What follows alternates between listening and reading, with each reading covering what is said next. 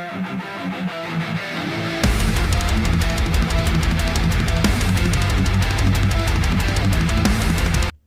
guys, so welcome back to Two Beards and a Plan. My name's David, I'm Tuck.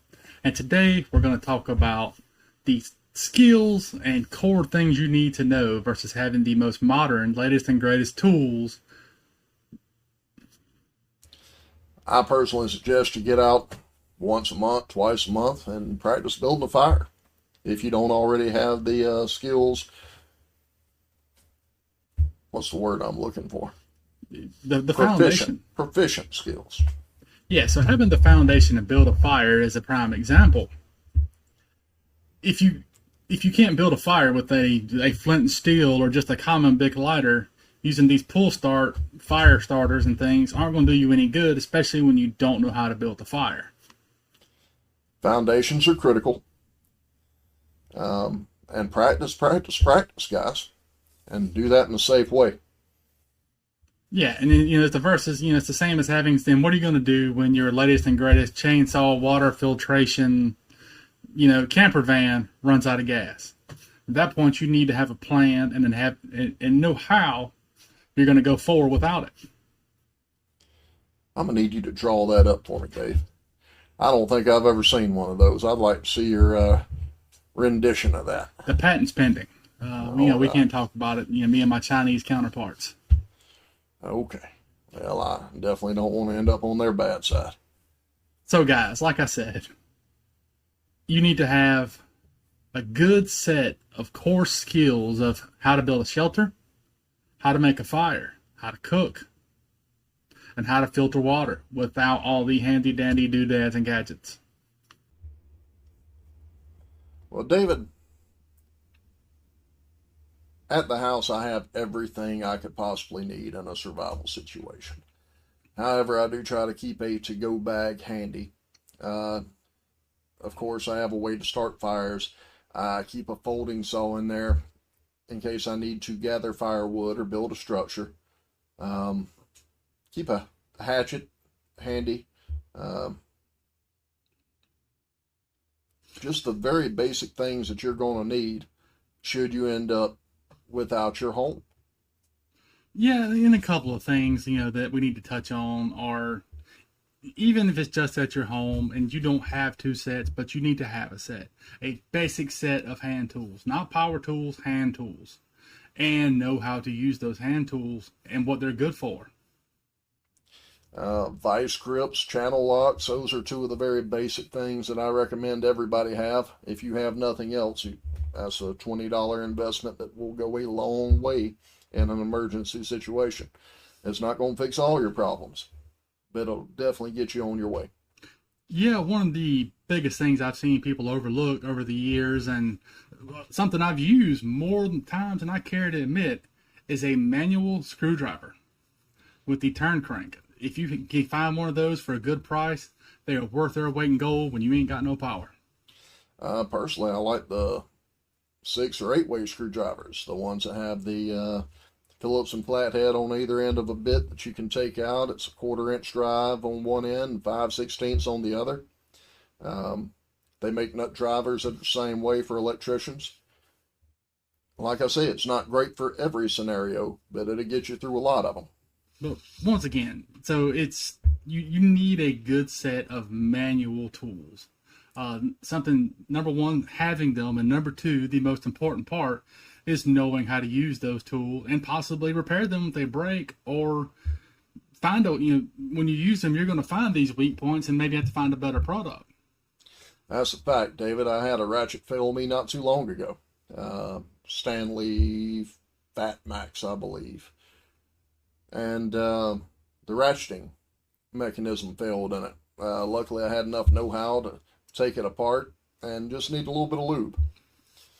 Yeah, I mean, I've sadly broken more ratchets than I care to admit. Now, that being said, I was doing things you probably shouldn't have been doing with the ratchet, like removing lug nuts or, things of that nature, where I got a 6-foot pry bar of me standing on it and a ratchet that normally breaks them. So, guys, once again, having a good set of hand tools and knowing how to use those tools is very important. And I'd get something versatile. You know, something that has standard and metric included. Most vehicles today are completely metric, but if you're working around the house, you're going to run into some standard stuff. 1/4-inch head nuts are known for being the primary assembly for lots of appliances and things like that. You got anything else? Let's go back to saws. You definitely need a saw. You definitely, if you're at home or plan on surviving at home, I suggest you have a good old-fashioned axe, preferably with a fiberglass handle, something that's not going to rot or split on you. Yeah, and I keep a hatchet and an axe here in my building, and I also keep a little steel saw, and I keep a big old wood saw back there in the building, just because you never know when you need to cut something and your chainsaw's out of gas. You don't have electricity or a plug-in or any other way to power that. But I promise you, that handsaw will work. And the other thing about those handsaws is, A, have replacement blades for most of your saws. And number two, the ones you don't have replacement blades for, learn how to sharpen them. Absolutely, and that can be a tedious thing in itself, just learning how to sharpen one properly. Yeah, and that's probably something we ought to touch on is, your tool maintenance, and that goes back to your axes, your saws, even your wrenches, like you were speaking about, to grease it up. You also want to know how to maintain your tools. Absolutely. Keeping them clean, keeping them dry, and organized is very important. Sharpening, even your basic pocket knife, is critical in a survival situation. Just being able to have that razor sharp edge every time you need it.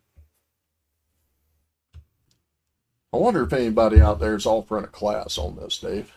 There's a couple around us here in our area. The Woodrunner School offers one about twice a year. Basic, they call it Basement Outdoorsman. I don't know the price or the location, but you could look those guys up. Well, here in the Southeast, we have relatively moderate temperatures. It does get hot, but it doesn't get unbearably hot very often. And even when it gets cold here, it doesn't get horribly, horribly cold for too long. So in our particular region, it's really not that difficult to maintain and survive, providing you have basic knowledge.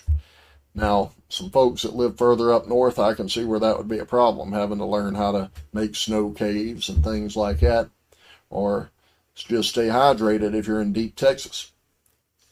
I imagine trying to find clean drinking water for a long period of time would be difficult in a powerless situation. Yeah, and that's going to go back to knowing your core values and your foundational knowledge.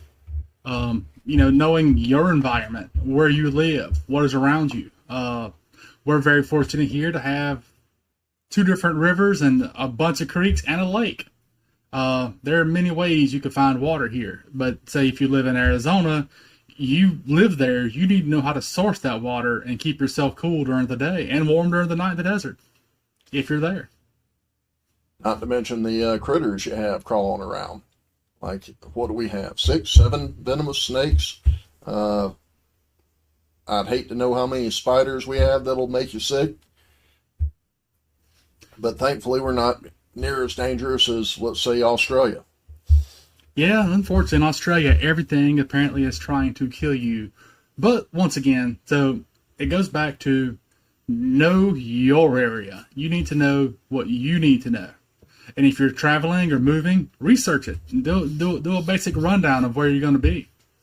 Having a plan is key, hence the title. 2 beards. And One plan. All right, guys. My name's David. I'm Tuck. Till next time, remember, don't forget, like, comment, and subscribe. Until next time.